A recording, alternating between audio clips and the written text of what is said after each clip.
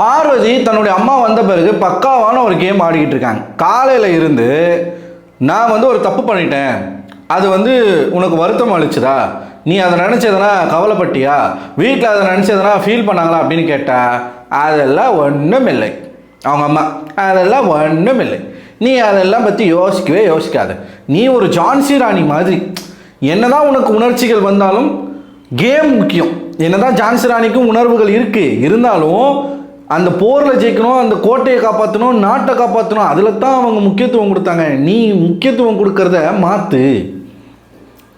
குடும்பத்துக்கு அசிங்கமாயிடுச்சு, கவலைப்படாத, பரவாயில்ல, அசிங்கமான ஆகிட்டு போகுது, துட்டு வருதுல்ல, காசு வருதுல்ல, உன்னால் நான் பிக் பாஸ்குள்ளே வந்துட்டேன், வெளிநாடு ஃபுல்லாக உன்னால் நான் சுற்றிட்டேன், எனக்கு அது போதும்.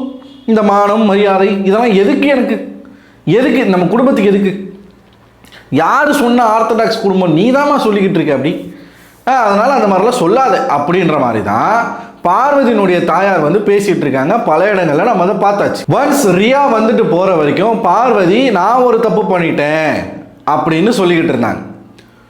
ரியா வந்துட்டு போன பிறகு ரியா வந்து ஒரு விஷயம் என்ன சொல்லிட்டாங்க, கமருதனை பார்த்து நீங்கள் வந்து 2 பெண்களை வச்சு சேஃப் கேம் ஆட்டிங்க அப்படின்னு சொல்லிட்டாங்க. அந்த வார்த்தை சொல்லும் பொழுது இவங்க அரோரா வந்து வேணாம் விட்டுரு, அதை பற்றி பேச வேணாம் அப்படின்னு அரோரா சொன்னால், நம்ம பார்வதி மேடம் இருக்காங்கல்ல பீடை வந்து சொல்லுங்கள் பரவாயில்ல சொல்லுங்கள், ஆனால் ஓப்பனாக சொல்லுங்கள் அப்படின்னு அவ்வளவு ஆர்வமாக கேட்குறாங்க. கமருதனை எதனா குறை சொல்லணுன்னா சொல்லிட்டாங்களா. சொன்ன பிறகு பார்வதி அப்படியே தன்னுடைய ஒரு ஸ்கிரிப்டையே மாற்றி, நான் வந்து இந்த லவ்வில் விழாமல் இருந்திருக்கலாமோ, நான் வந்து இந்த டைவர்ஷனுக்குள்ளே போகாமல் இருந்திருக்கலாமோ, கமருதன் வந்து என்னை வச்சு கேம் ஆடின மாதிரி எனக்கு தோணுது, தேவையில்லாமல் நான் அதில் போய் சிக்கின மாதிரி தோணும். உடனே அவங்க அம்மா தெரிஞ்சிருச்சா, விட்டுரு விளையாடு, என்னால் என்னோடய உணர்ச்சிகளை இங்கே கட்டுப்படுத்த முடியலமா அப்படின்னா, உணர்வுகள் வர்றவன் தானே மனுஷன், ஆனால் அது ஒரு லிமிட்டை தாண்டாமல் நம்ம பார்த்துக்கணும். ஏன் அவ்வளவு போகணும்? அவங்க அம்மா பேசுகிறதெல்லாம் பேசிட்டு வேறு மாதிரி பேசிகிட்டு இருக்காங்க ஒரு பக்கம். இதெல்லாம் பார்க்குற கமருதனுக்கு வந்து லைட்டாக தோணுது, ஆஹா இவன் என்னடா இவன் நம்மளை பற்றி எதனா சொன்னால் அதுக்கு வந்து முக்கியத்துவம் கொடுக்குறா, இவன் வந்து சரியில்லையே, நம்ம பயந்த மாதிரி ஏதோ ஒரு கேம் விளையாடுறா நம்மளை வச்சு. இப்போ பார்வதி என்னன்னா தன்னை விக்டிமாக காட்டிக்கிட்டு கமருதன் தன்னை யூஸ் பண்ணி விட்டார், கமருதன் தன்னுடைய எமோஷன்ஸில் விளையாடி விட்டார், நான் அதுக்கு பலிகடாவாயிட்டேன், நான் அதுக்கு இடம் கொடுத்துட்டேன், அப்படி போகிறாங்க. உங்களுக்கு புரியுதா நான் சொல்கிறது? அப்படி கொண்டு போகிறாங்க இந்த ஸ்கிரிப்டை. அதுக்கு ஒத்து வருதுக்கு அவங்க அம்மா வேற ஒரு பக்கம்.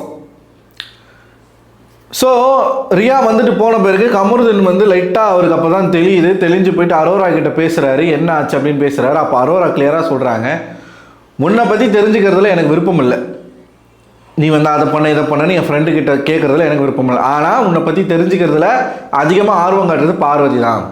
உன்னை எதனா குறை சொன்னால் உடனே பார்வதி சொல்லுங்கன்னு அவ்வளோ ஆர்வமாக கேட்குறா. ஸோ பார்வதி அதை வச்சு ஏதோ கேம் விளையாட பார்க்குறா, உஷாராக இருந்துக்கோ அப்படின்னு அரோரா ஜென்யூனாக சொல்லிட்டு போயிட்டாங்க. இந்த சைடு இதே ஒரு கன்ஃபியூஷனோட திவ்யா கிட்ட பேசுகிறாரு கமருதன். திவ்யா கிளியரான அட்வைஸை கமருதனுக்கு கொடுக்குறாங்க. என்ன சொல்கிறாங்க, என்னதான் திவ்யாவுக்கும் கமருதனுக்கும் அவ்வளவு பிரச்சனை, ஈவன் பார்வதினாலேயே அவ்வளோ பிரச்சனை, பார்வதி பேச்சு கேட்டு நிறைய இடங்களில் வந்து கமருதன் திவ்யாவை புள்ளி பண்ணியிருக்காரு, ஹராஸ்மெண்ட் பண்ணியிருக்காப்புல, அப்யூஸ் பண்ணியிருக்காப்புல, வார்த்தைகளை நிறையா விட்டுருக்காப்புல, நிறைய இடங்கள் அவர் வந்து பண்ணியிருக்காரு. ஆனாலும் திவ்யா கமருதனுக்கு தேவையான பக்காவான ஒரு அட்வைஸாக அந்த இடத்துல கொடுத்தாங்க. இதுதான் பேகேஜை கேரி பண்ணாமல் இருக்கிறது. பேசிகிட்டு இருக்கும் பொழுது ஏற்கனவே கமருதன் வந்து அந்த பேட் டச்சுக்கு எனக்கு வந்து ஒரு கன்க்ளூஷன் கொடு, ஒரு க்ளோஷர் கொடு, நான் என்ன ஒன்று பேட் டச் பண்ணேன் அப்படின்னு கேட்டிருப்பாப்புல. அப்போ சாண்ட்ரா கிட்ட கமருதன் பேசியிருப்பார். சாண்ட்ரா கிட்ட போயிட்டு திவ்யாவும் அவங்களோட ஒப்பீனியனை சொல்லியிருப்பாங்க. உன்னை ஒருத்தன் பேட் டச் பண்ணுறானா, நீ தான் பெண்ணியம் பேசக்கூடிய ஒரு பொண்ணாச்சே, ஆனால் உன உமன் கார்டு தூக்கக்கூடிய ஒரு பொண்ணாச்சே, அப்பயே உனக்கு தெரியாது அவன் பேட் டச் பண்ணுறான்னு, தெரிஞ்சிருந்தால் நீ அடிச்சிருக்கலாமே, இல்லை கம்ப்ளைண்ட் பண்ணியிருக்கலாமே, வீக்கெண்டில் விஜய் சேதுபதி கிட்ட சொல்லியிருக்கலாமே, அப்போல்லாம் எதுவுமே பேசாமல் இப்போ திரும்பவும் எதுக்காக பேட் டச் அப்படிங்கிற ஒரு விஷயம் வந்து வருது, இது வந்து ரொம்ப தப்பு அப்படின்னு திவ்யா அன்னைக்கும் சொல்லியிருப்பாங்க. அதே விஷயத்தை இன்றைக்கி கமருதன் கிட்ட சொல்கிறாங்க. கமருதன் நீங்கள் தான் கமருதன் உஷாராக இருக்கணும். அன்னைக்கே நான் சொன்னேன், நீ உமன் கார்டு தூக்குற ஒரு பர்சன், பெண்ணியம் ஃபெமினிஸ்ட்னு நீ ஒன்று சொல்லிக்கிற, உன்னை ஒருத்தன் வந்து பேட் டச் பண்ணுறான்னு நீ ஃபீல் பண்ணியிருந்தா நீ அடிச்சிருக்கலாம். தப்பாக ஒருத்தன் வந்து ஒரு இடத்துல கை வைக்கிறான்னா நீ கண்டிப்பாக அந்த இடத்துல நீ கை வச்சிருக்கலாம். இல்லையா கம்ப்ளைண்ட் பண்ணியிருக்கலாம், கேமராவில் கம்ப்ளைண்ட் பண்ணியிருக்கலாம், பிக் பாஸ் கிட்ட கம்ப்ளைண்ட் பண்ணியிருக்கலாம், வீக்கெண்டில் விஜய் சேதுபதி கிட்ட நீ கம்ப்ளைண்ட் பண்ணியிருக்கலாம். அதெல்லாம் நடந்துற பிறகு நீ வந்து ஒரு மாதிரி ஒரு ரிலேஷன்ஷிப், அவங்க என்ன கேட்குறாங்க, ஃப்ரெண்ட்ஷிப்பை தாண்டின ஒரு மோர் தென் ஃப்ரெண்ட்ஷிப்னு நீங்கள் இங்கே ஒரு ரிலேஷன்ஷிப்பை கட்டமைக்கவே முடியாது. கிளியராக சொன்னாங்க. மோர் தென் ஃப்ரெண்ட்ஷிப்னா எனக்கு புரியலை. மோர் தென் ஃப்ரெண்ட்ஷிப்புன்னு நீங்கள் எப்படி வந்து ஒரு ரிலேஷன்ஷிப்பை கொண்டு வர முடியும்? அது எல்லாமே கொண்டு வந்துட்டு மறுபடியும் நீங்கள் வந்து அந்த பேட் டச் அப்படிங்கிற ஒரு விஷயத்தை கொண்டு வரீங்கன்னா அது வந்து தப்பாக இருக்குது அப்படின்னு நான் அன்றைக்கே சொல்லியிருந்தேன்.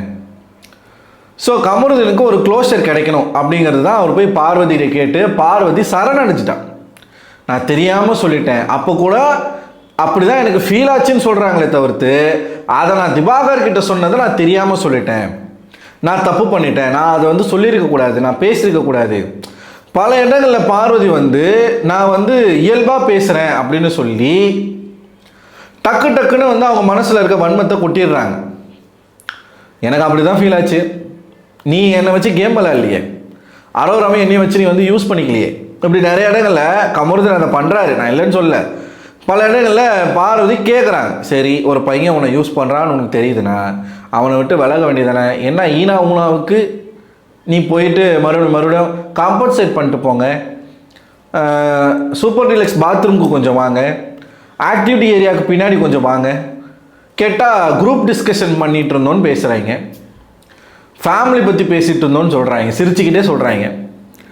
ஒரு தாய் எதுக்கெல்லாம் ரியாக்ட் பண்ணுமோ அது எதுக்குமே ரியாக்ட் பண்ணாமல் ஒருத்தவங்க அந்த வீட்டுக்குள்ளே லிட்ரலி அவங்க வந்து ஒரு டம்மி பீஸ்.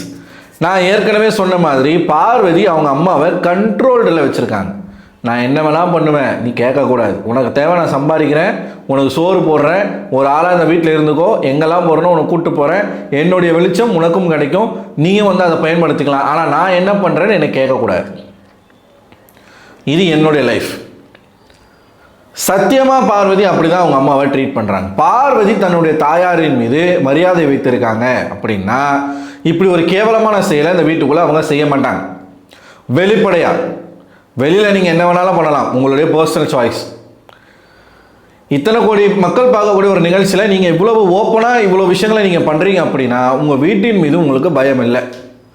அதை பண்ணிவிட்டு அப்புறமா நான் பயந்த பொண்ணு, எங்கள் அம்மாவுக்கு நான் அடங்கின பொண்ணு, எங்கள் அம்மாவுக்கு நான் மடங்கின பொண்ணு, நான் குடும்ப குத்து விளக்கு, நான் ஒரு ஆர்த்தடாக்ஸ் குடும்பத்திலேருந்து வரேன், ப்ராப்பர் திருநெல்வேலி, ப்ராப்பர் மதுரை, குடும்ப கட்டுப்பாடுகள்னு எங்களுக்கு இருக்குது, எங்களுக்குன்னு சில எத்திக்ஸ் இருக்குது, எங்களுக்குன்னு சில கட்டுப்பாடுகள், கலாச்சாரம் பண்பாடு இருக்குது, அப்படி இப்படின்னு பேச்சில் மட்டும்தான் பேசுறது.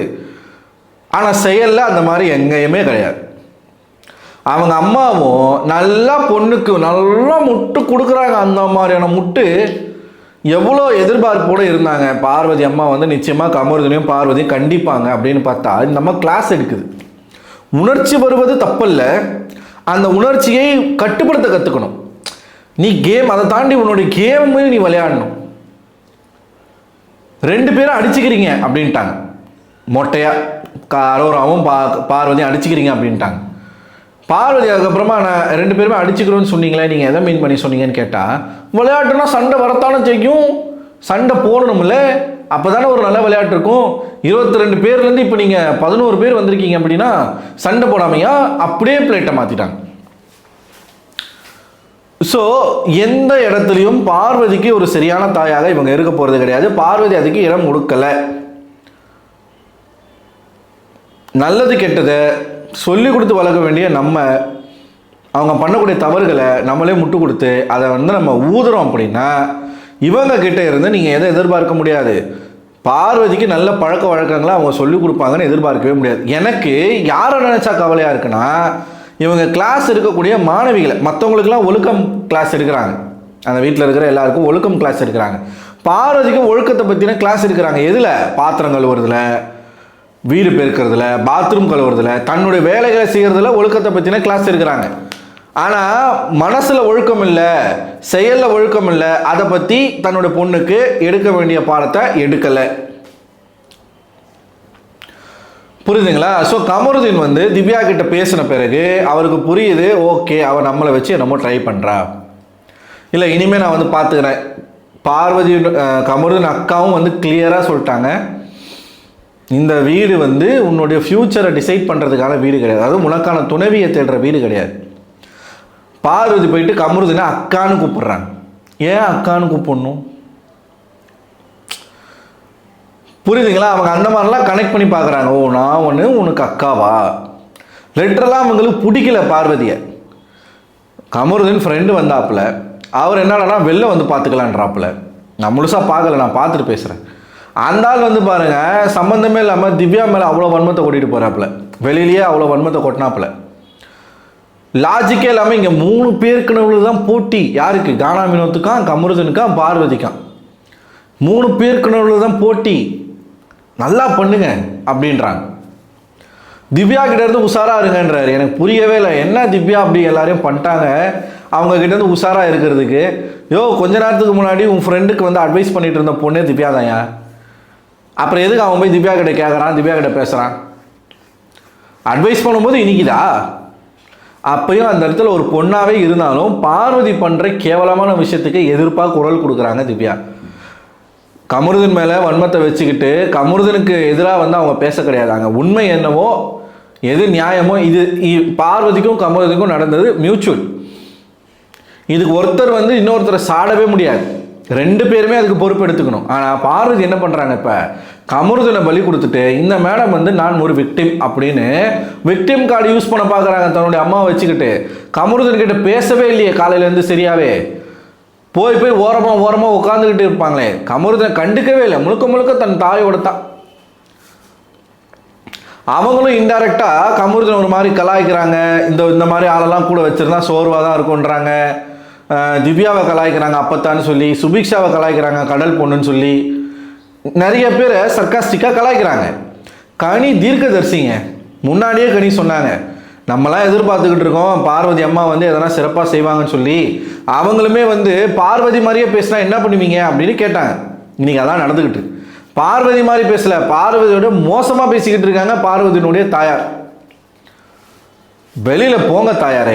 நீங்கள் சோஷியல் மீடியாவை பாருங்கள், உங்களுக்கு எல்லாம் மக்கள்லாம் ஆரத்தி எடுக்கிறாங்க.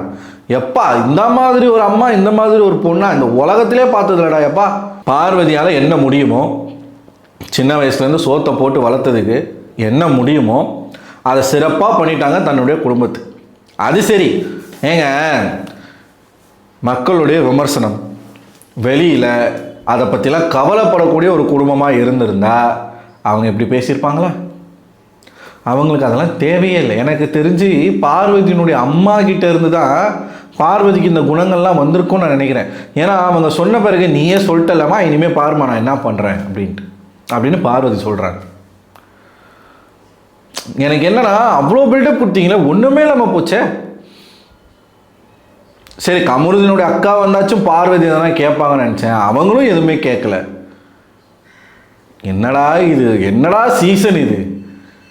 சீக்கிரமாக எப்படா முடிப்பீங்க? இன்னும் 2 வாரம் இருக்கா? தயவுசெய்து முடிச்சு விடுங்கடா. எப்பா சாமி, முடியலடா, முடியவே இல்லை. ஸோ நீங்கள் என்ன நினைக்கிறீங்க மக்களே? இன்றைக்கி நடந்த சம்பவங்கள் ஒரு மாதிரி மிக்சியில் போட்டு அரைச்ச மாதிரி இருக்குது. எதை எடுக்கிறது எதை எடுக்காமல் இருக்கிறதுனே புரியலை. நீங்கள் என்ன நினைக்கிறீங்க? உங்கள் கருத்துக்களை மறக்காமல் கமெண்ட் பாக்ஸில் கமெண்ட் பண்ணுங்கள். அடுத்த ஒரு வீடியோவில் உங்களை சந்திக்கிறேன். அதுவரை உங்களிடம் விடைபெறுவது நான் அரவிந்தன்.